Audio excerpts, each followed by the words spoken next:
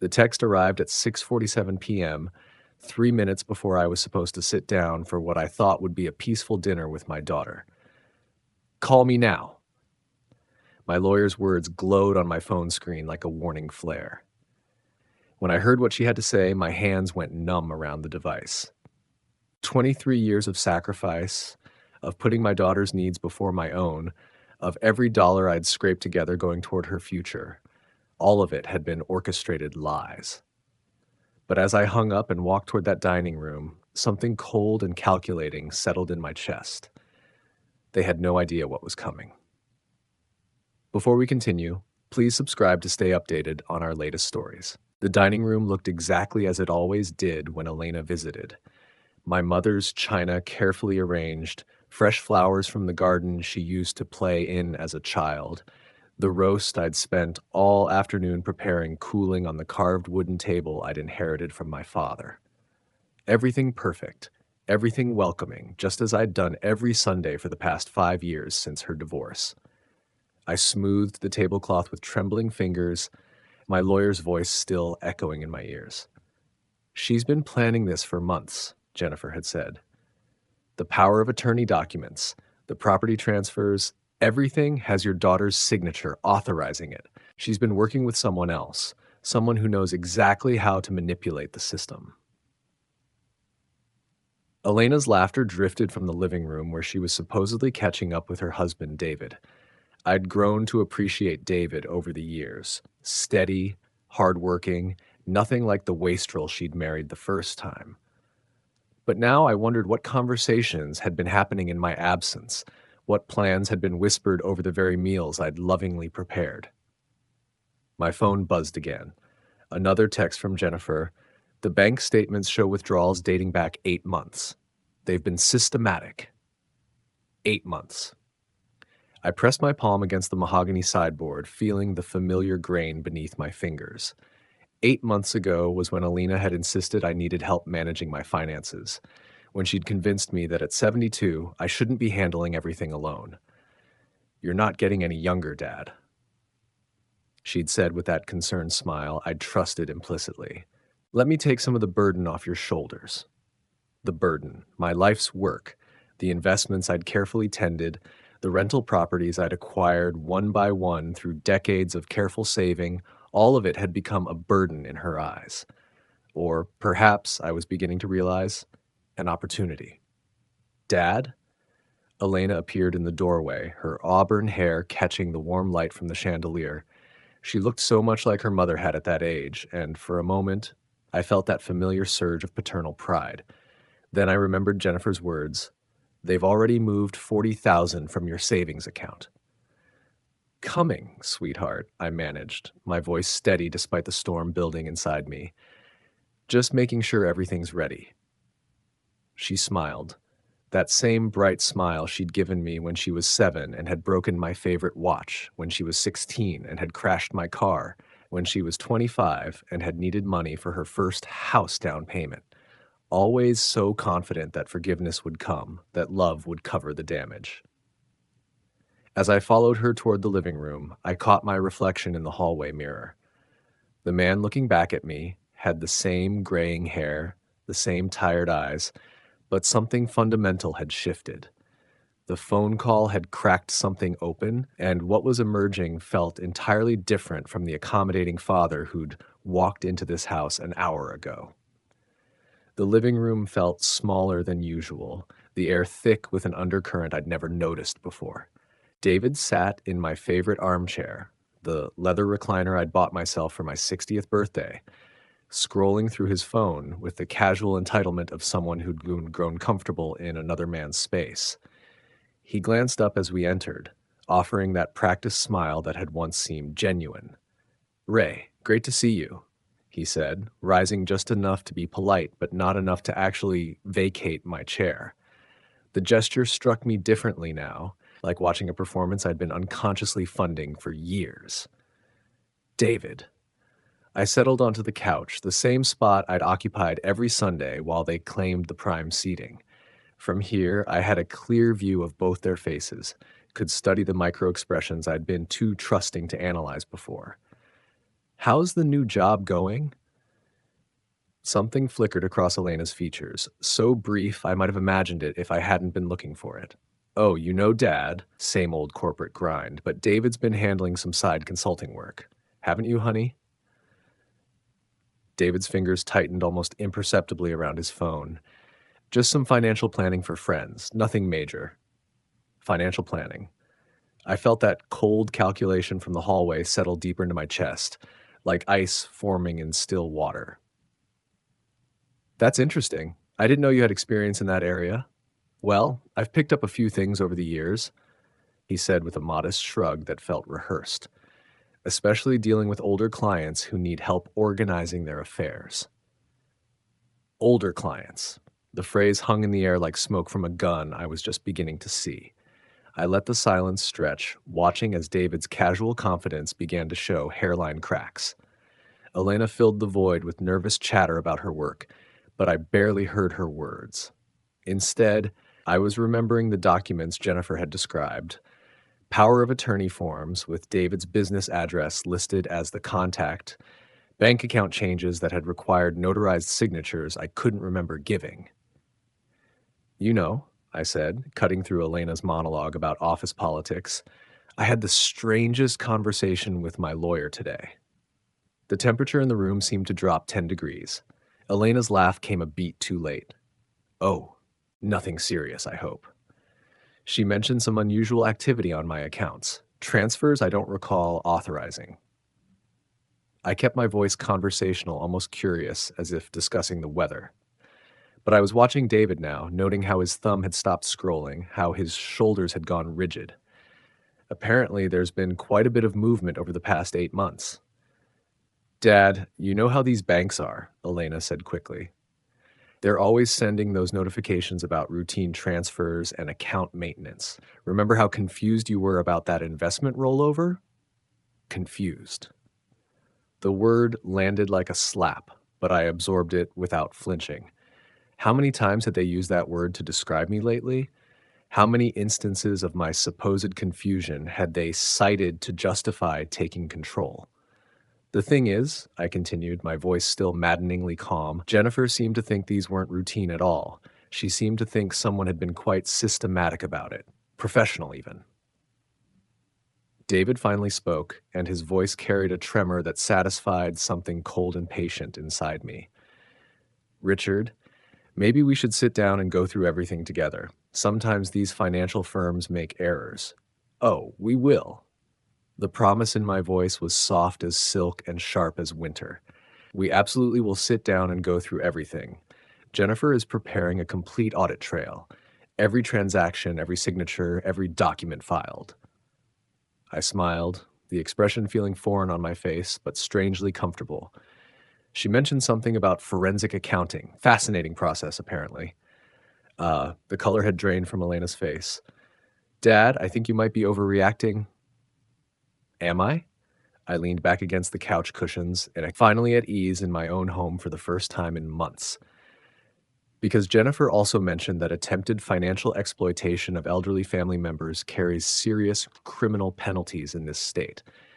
Something about vulnerability statutes making it a felony. The silence that followed was delicious. I could almost hear the wheels turning in their minds. The frantic recalculation of risks and benefits. David's phone had gone dark in his hands. Forgotten. Elena's mouth opened and closed like she was drowning in air that had suddenly become too thin to breathe. I think, I said, rising slowly from my seat, dinner can wait a few more minutes. Why don't we all sit down at that dining room table, and you can help me understand exactly what kind of help you've been providing with my finances. As I walked toward the dining room, I felt their eyes boring into my back, felt the shift in the house's atmosphere like a barometric pressure drop before a storm. The accommodating father was gone, dissolved like sugar in the acid of betrayal. What remained was something harder, something that had been forged in the crucible of broken trust and sharpened by the knowledge that love, apparently, had limits. But strategy? Strategy was limitless. The dining room had transformed into something resembling a courtroom, the warm, familial atmosphere evaporating like steam from cooling coffee. Elena and David sat across from me at the mahogany table that had once hosted birthday celebrations and holiday feasts, their faces pale in the chandelier's unforgiving light. The roast sat between us, forgotten, growing cold like the affection I'd once felt so certain of. Dad, I think there's been some kind of misunderstanding, Elena began, her voice taking on that patronizing tone I'd heard her use with difficult clients at her marketing firm. You've been so stressed lately, and I know managing everything can be overwhelming. Overwhelming. I repeated the word slowly, tasting its implications. Is that what we're calling it now?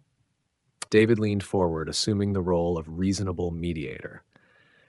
Ray, what Elena means is that we've only been trying to help. You signed those papers yourself, remember? You said you wanted us to handle the day-to-day financial stuff so you could focus on enjoying your retirement.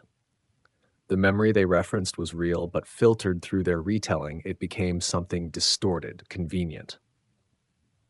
I could see them now as if through clear water instead of the muddy emotions that had clouded my judgment for months. The concerned expressions, the gentle insistence that I was forgetting things, the subtle suggestions that managing my own affairs was becoming too much for me. I remember signing papers, I said carefully, but I don't remember authorizing the liquidation of my municipal bond portfolio or the transfer of the rental property deeds to a trust I've never heard of. Elena's jaw tightened almost imperceptibly. Those were smart financial moves, Dad. David researched everything thoroughly. That trust protects your assets from potential medical expenses down the road. Medical expenses I don't have for conditions I don't possess. I felt something sharp and clean cutting through the fog of doubt they'd been weaving around me for months.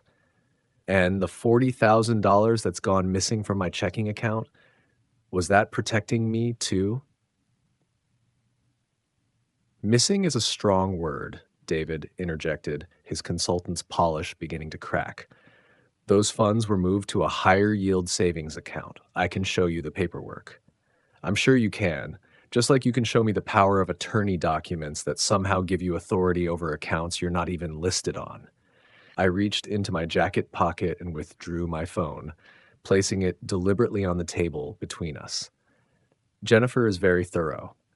She's already contacted the bank, the investment firm, and the county recorder's office. The silence that followed was thick with recalculation. I could almost hear the whispered conversations that must have taken place in my absence, the careful planning that had gone into this systematic stripping away of everything I'd built. But now they were improvising, and improvisation revealed character in ways that careful preparation never could. You're acting paranoid, Dad, Elena said, and there it was, the word I'd been waiting for. This behavior isn't like you. Maybe we should schedule an appointment with Dr. Morrison, have him run some tests. Ah, the sound escaped me like a laugh that had gone cold. There it is, the dementia card. How long have you two been building that narrative? David's face had gone ashen. No one's talking about dementia, Ray. We're talking about normal age-related changes in judgment. Changes that conveniently require you to take control of my assets? I stood slowly, feeling every one of my 72 years in my bones, but also feeling something else, a clarity I hadn't experienced in months. Tell me, David, what's your cut? 10%? 20? Or did Elena promise you something more substantial for playing the concerned son-in-law? Dad, stop. Elena's voice cracked like ice under pressure. You're talking about your own daughter, about your family. Family, the word that had been my weakness, my blind spot, the lever they'd used to move everything I'd built. But now it sounded different in the air between us, hollow and manipulative. My family wouldn't steal from me, I said quietly. My family wouldn't gaslight me into thinking I was losing my mind to justify robbing me blind. The masks were slipping now, and what lay beneath was uglier than I'd allowed myself to imagine. Elena's composure finally cracked, and when it did, the sound was like ice breaking on a frozen lake. Her perfect mask, the one that had fooled me for so many months, slipped away to reveal something raw and desperate underneath. Her hands trembled as she gripped the edge of the table, knuckles white against the dark wood. Fine. You want to know the truth, Dad? Her voice pitched higher, taking on a shrill quality I'd never heard before. The chandelier light caught the tears forming in her eyes, but they weren't tears of remorse. They were tears of fury, of a cornered animal realizing the trap was closing. The truth is that you've been making terrible financial decisions for years. That investment in your brother's restaurant? Completely worthless. $30,000 down the drain because you couldn't say no to family. Each word hit me like a physical blow, but what struck deeper was the contempt in her voice. Pure, undiluted disdain for the generosity she'd once claimed to admire. I felt my chest tighten, not from any medical condition, but from the realization that my daughter saw my compassion as weakness, my love as stupidity. The money you lent to the Hendersons when they were facing foreclosure, she continued, her voice gaining momentum like a runaway train. They haven't made a payment in 6 months, and you just smile and nod like some senile old fool whenever they make excuses. They're good for it, you say. They just need time. Someone had to step in before you gave away everything you'd worked for to every sob story that knocked on your door. The words senile old fool hung in the air like a slap across my face. I could feel something fracturing inside me, not breaking, but transforming, like coal under pressure becoming diamond. When I spoke, my voice was quieter than before, but it carried a weight that made both of them flinch. So you decided to steal it instead. The accusation landed like a physical blow. Elena's face went through a spectrum of emotions, shock, anger, and then something that looked almost like relief, as if she were glad the pretense was finally over. We didn't steal anything. David's voice exploded across the room, his careful consultant's facade crumbling like a house of cards. His face had turned an alarming shade of red, veins bulging at his temples as he leaned forward in his chair. The transformation was startling. The mild-mannered son-in-law I'd grown to trust was gone, replaced by something predatory and desperate. We invested it properly. We protected it from your bleeding heart and your terrible judgment. Spittle flew from his lips as he spoke, his hands gesturing wildly. Do you have any idea what your portfolio looked like before I restructured it? Your so-called financial advisor, that incompetent fool Peterson, had you in municipal bonds yielding 2% while inflation was eating away at your principal like termites in wood. The trust we established will save you thousands in estate taxes when you die. The casual way he said, when you die, sent ice water through my veins. Not if, when. As though my death was not a natural inevitability, but a scheduled event on their calendar. Estate taxes, I repeated, my voice dropping to barely above a whisper. The quiet seemed to amplify rather than diminish the menace in my tone. How remarkably thoughtful of you to plan for my death so meticulously. Tell me, what's the timeline on that particular event? When exactly were you expecting me to need this protection? The question hung in the room like a noose, swaying gently in the silence. I watched Elena's face cycle through a range of micro-expressions: fear, calculation, defiance, while David's mouth opened and closed like a beached fish gasping for air. Elena's face flushed crimson, the color spreading down her neck like spilled wine. God, listen to yourself. Do you hear how paranoid you sound? But even as she tried to project indignation, I could see the panic in her eyes. The way her pupils had dilated, the fine tremor in her voice that spoke of barely controlled terror. We're trying to preserve your legacy, and you're acting like we're plotting your murder. The words hung between us like a challenge, daring me to voice the unthinkable. So I did. Are you? The question came out softer than I'd intended, but it detonated in the room like a bomb. The very air seemed to thicken, pressing against my lungs, making each breath a conscious effort. I could hear the tick of the grandfather clock in the hallway, the distant hum of the refrigerator, the soft whistle of wind through the weather stripping. Sounds that had been masked by conversation now stood out in sharp relief against the crushing silence. Because according to Jennifer, I continued, my voice steady despite the earthquake happening in my chest. Someone's been paying premiums on a life insurance policy I don't remember signing for. $500,000, with you two as the sole beneficiaries.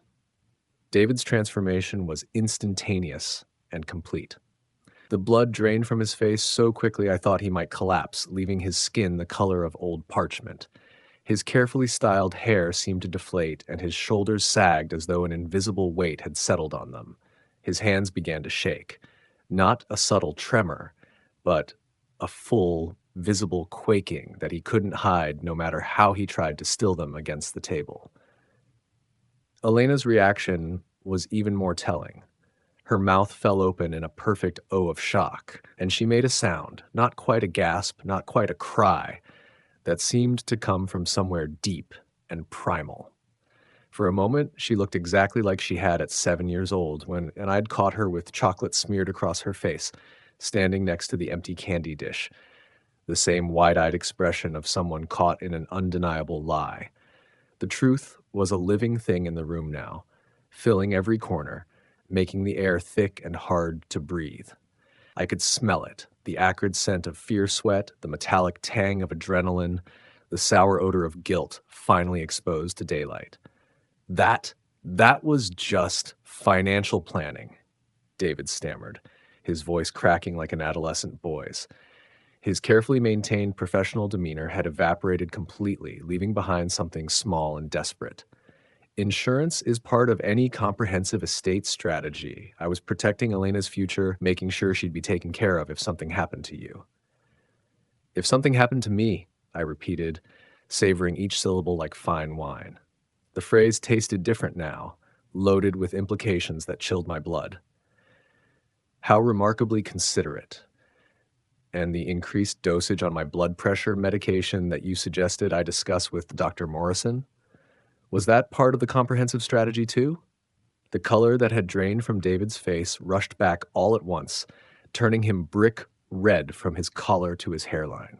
Elena shot to her feet so fast her chair scraped against the hardwood floor with a shriek that made us all flinch. The sound seemed to galvanize her, and when she spoke, her voice carried the desperate fury of a trapped animal. "That's enough!" She slammed her palm down on the table, making the water glasses jump and the silverware jangle like wind chimes.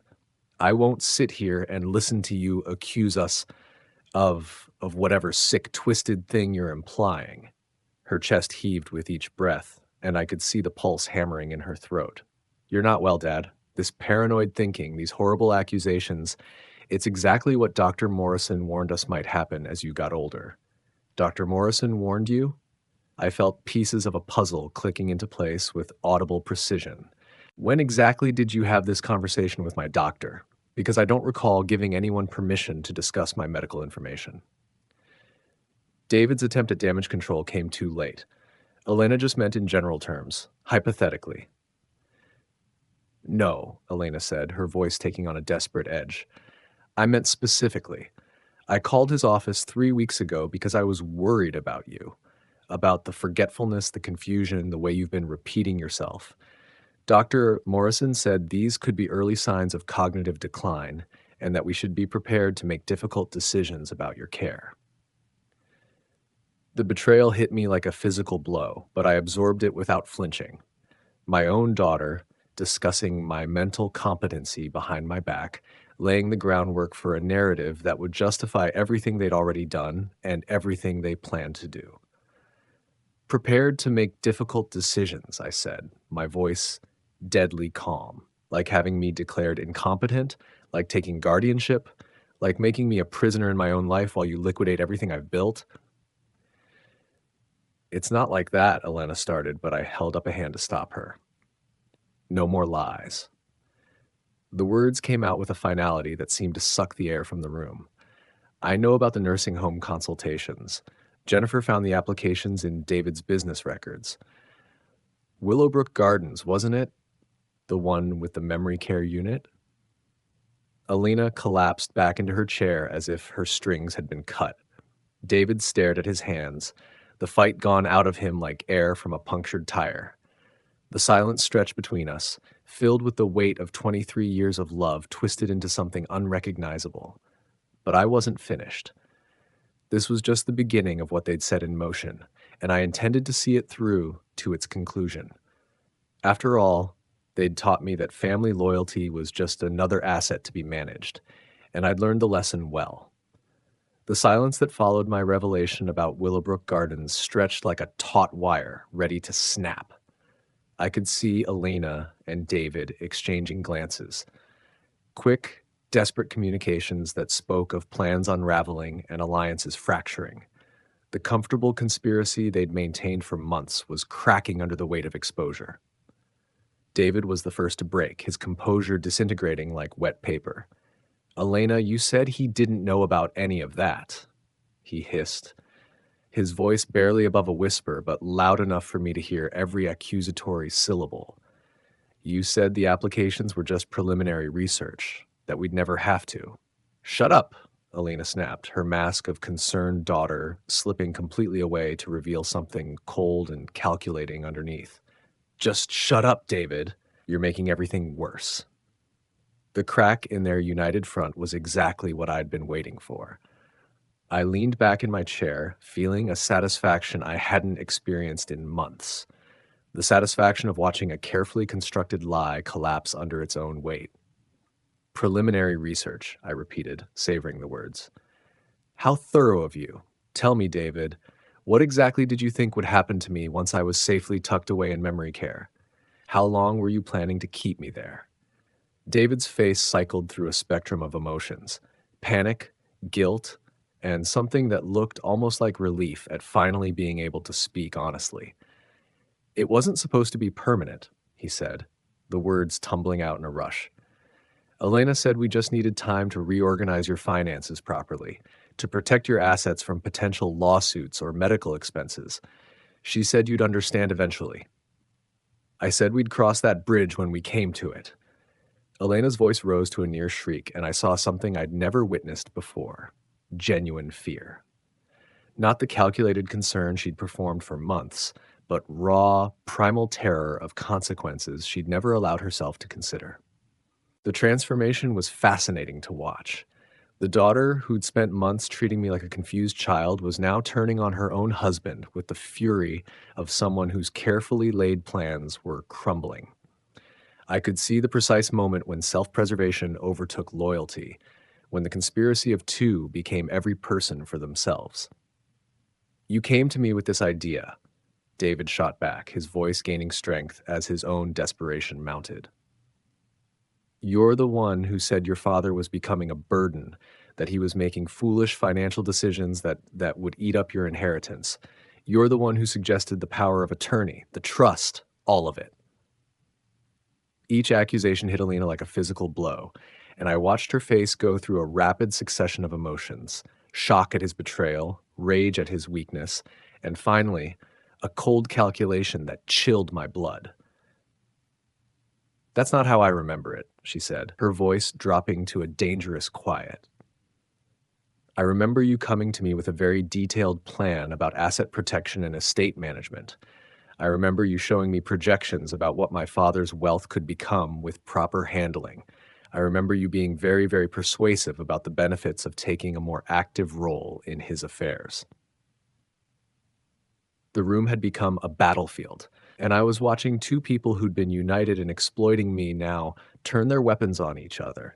It was almost beautiful in its symmetry, the trust they'd violated being violated in return, the loyalty they'd betrayed now betraying them.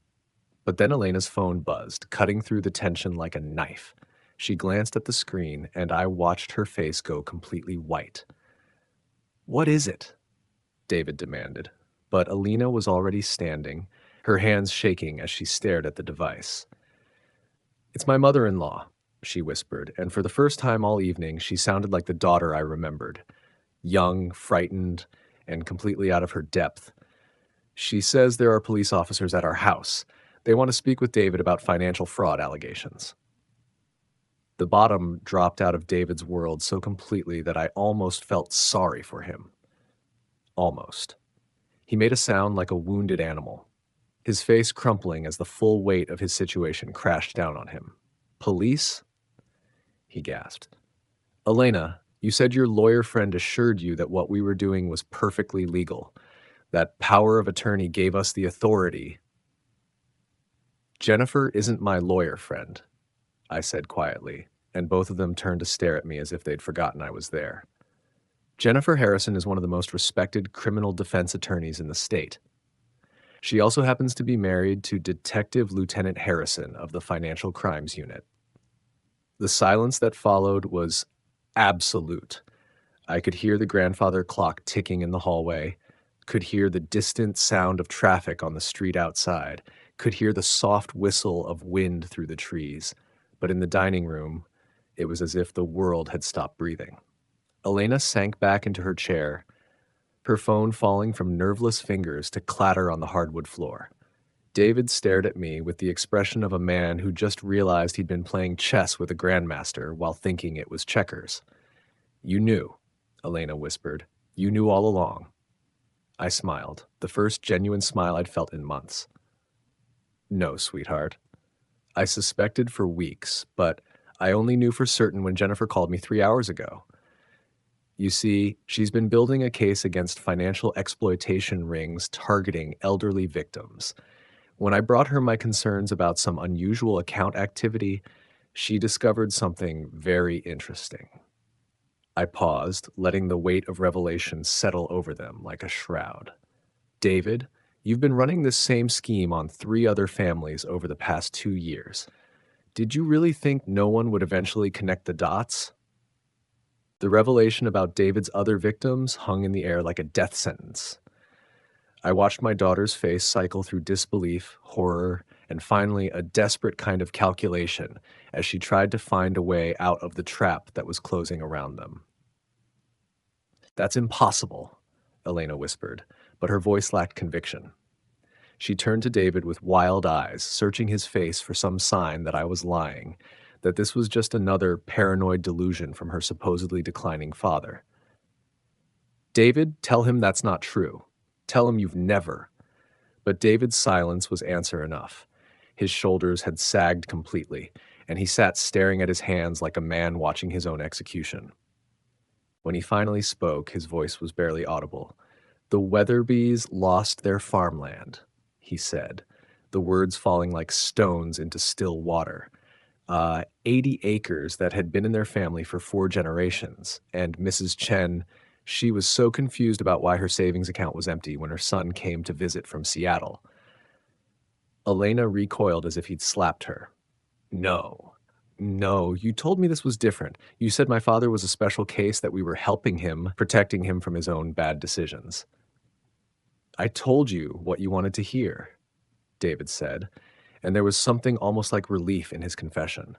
Just like I told the others, the Weatherby's son thought his parents were making poor investment choices. Mrs. Chen's daughter was convinced her mother was developing dementia. It's always the same story, Elena. Families who think they know better, who are willing to believe their loved ones are incompetent if it means they can justify taking control. The words hit Alina like physical blows, and I watched 23 years of self-justification crumble before my eyes. This was the moment I'd been building toward, not just the exposure of their crimes, but the complete destruction of the narrative they'd used to convince themselves they were the heroes of this story. But my father really was making bad decisions, Elena said desperately, grasping for some thread of righteousness to hold on to. The restaurant investment, the money he lent to friends, all of it. Generosity isn't incompetence, I said quietly, and my voice carried a weight that seemed to press down on the room like a physical force. Compassion isn't dementia, and choosing to help people instead of hoarding wealth isn't a symptom of decline. It's a choice you decided I wasn't competent to make. Elena's face crumpled, and for a moment I saw the little girl she used to be, the one who would cry when she accidentally stepped on a bug, who would give away her Halloween candy to kids who didn't have costumes. But that moment passed quickly, replaced by something harder and more desperate. You don't understand the pressure we were under, she said, her voice taking on a pleading quality. David's business was struggling. We had the mortgage to think about, college funds for the kids we might have someday. You have more money than you could ever spend, just sitting there while we're trying to build a life. So you decided to build that life with my assets, I finished for her. Without my knowledge, without my consent, while actively working to have me declared mentally incompetent so you could continue stealing without interference. The word stealing landed like a hammer blow. Elena flinched as if I'd struck her, and when she looked at me, there was something broken in her eyes, the look of someone whose self-image had been shattered beyond repair. I never meant for it to go this far, she whispered. It started so small, just helping you with some paperwork, making sure you weren't being taken advantage of by scammers or con artists. But then David showed me how much money you were losing to bad investments and loans that would never be repaid, and I thought maybe we could do better. And when did helping become stealing? I asked. When did protecting become plotting? When did love become avarice? Elena had no answer, and David seemed to have retreated so far into himself that he might as well have vanished entirely. The silence stretched between us, heavy with the weight of broken trust and shattered relationships. My phone buzzed, and I glanced at the message from Jennifer. Officers are at their residence. David's other victims have been contacted. Full investigation underway. How are you holding up? I looked up to find both of them watching me with the desperate hope of drowning people reaching for a life preserver. But I was no longer the accommodating father who would sacrifice everything to keep his family happy. That man had died somewhere between the lawyer's phone call and this moment of complete revelation. The police will want to interview you both, I said, my voice steady and clinical. Jennifer has advised me that cooperation might be looked upon favorably by the prosecutor, but that's your decision to make. Dad, Elena said, and her voice cracked on the word. Please, we're family. Surely we can work something out, some way to make this right without involving the courts. Family. I let the word hang in the air, tasting its bitter flavor. You're right, Elena. We are family. And that makes what you've done to me infinitely worse than if you'd been strangers. Strangers I might have forgiven eventually. But you knew exactly how much your betrayal would hurt, and you did it anyway. I stood slowly, feeling every one of my 72 years in my bones, but also feeling something else, a clarity and purpose I hadn't experienced in months. The accommodating father was gone, dissolved in the acid of their betrayal. What remained was something harder, something that had been forged in the crucible of broken trust and tempered by the knowledge that love, apparently, had been nothing more than a tool in their hands. The house keys, I said quietly, both sets, now. They stared at me as if I'd spoken in a foreign language, unable to comprehend that the man they'd been manipulating for months was no longer available for exploitation. This is my house, purchased with money I earned over decades of work. You are no longer welcome here. The weeks that followed moved with the inexorable momentum of justice finally unleashed. I sat in my study each morning, reading updates from Jennifer about the investigation's progress, watching the careful architecture of David's schemes crumble under professional scrutiny. The same methodical attention to detail he'd used to exploit his victims now worked against him as forensic accountants traced every fraudulent transaction back to its source. Elena called 17 times in the first week. I answered once. Dad, please. Her voice was hoarse with tears and desperation. We need to talk. There has to be some way to fix this, some way to make things right between us. There was, I said quietly. It was called honesty. It was called respect. It was called treating me like your father instead of your mark. The silence on the line stretched long enough that I thought she might have hung up. Then, I know I made mistakes, but we're family. Family forgives. Family finds a way. Family doesn't steal from family, I interrupted, my voice carrying a finality that seemed to reach through the phone and settle over her like a shroud. Family doesn't conspire to have loved ones declared incompetent for financial gain. Family doesn't shop for nursing homes behind each other's backs. I heard her breath catch, a sound like something breaking. Dad, you made your choice, Elena. Every signature you forged, every lie you told, every meeting you had with David about my assets, those were all choices. Now you get to live with the consequences. I hung up and blocked her number. The silence that followed was the most peaceful I'd experienced in months. David's sentencing hearing was brief. 18 months in prison, full restitution to all victims, and a permanent ban from working in any financial advisory capacity. As they led him away in handcuffs, he looked back once at Elena, who sat weeping in the gallery. The look they shared contained multitudes: blame, regret, and the bitter recognition that they destroyed not just their victims' trust, but each other's as well. Elena received probation and community service. Her cooperation with the investigation had earned her leniency with Strand. I wasn't certain she deserved, but justice had been served nonetheless. The Weatherbys got their farm back. Mrs. Chen's savings were restored with interest. The other victims found closure, if not complete healing. That evening, I walked through my house, truly my house again, and felt something I hadn't experienced in months: peace. Not the fragile peace of ignorance, but the solid peace that comes from standing on firm ground after weathering a storm. Jennifer stopped by with a bottle of wine and the final paperwork. "All your assets have been restored," she said, settling into the chair across from my desk, "plus penalties and interest. You're actually wealthier now than before they started their scheme." I smiled at the irony. "Blood money. Justice money," she corrected. "There's a difference."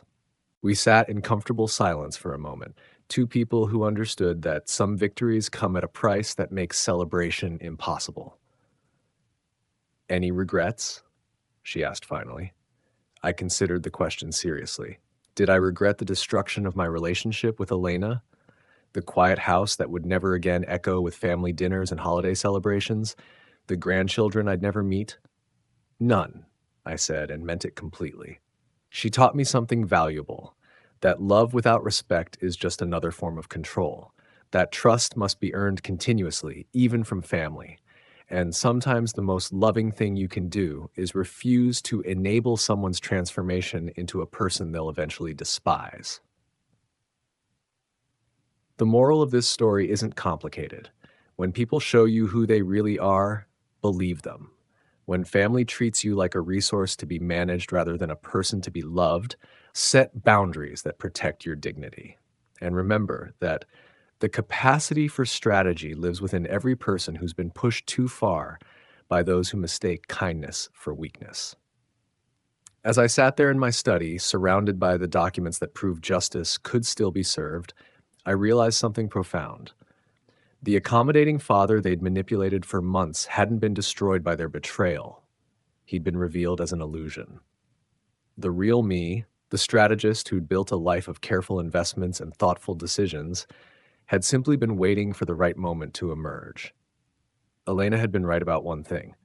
I had taught her about integrity. The tragedy was that she'd learned to see it as a weakness to be exploited rather than a strength to be emulated. The house was quiet now, but it wasn't empty.